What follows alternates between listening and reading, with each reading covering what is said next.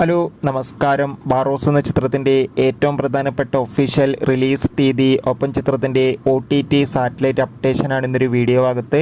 വീഡിയോയ്ക്ക് മുൻപ് video like ചെയ്യുക. മോഹൻലാൽ നായകനെത്തി വരാൻ പോകുന്ന ചിത്രമാണ് ബാറോസ്. എല്ലാ സിനിമാ പ്രേമികളും ഒരേപോലെയാണ് ബാറോസ് എന്ന ചിത്രത്തിൻ്റെ ഓരോ അപ്ഡേഷനും അറിയാൻ വേണ്ടി കാത്തിരുന്നത്. ചിത്രത്തിൻ്റെ ഒഫീഷ്യൽ ടീസറിനൊക്കെ മികച്ച അഭിപ്രായം തന്നെ സ്വന്തമാക്കാൻ വേണ്ടി സാധിച്ചിട്ടുണ്ടായിരുന്നു.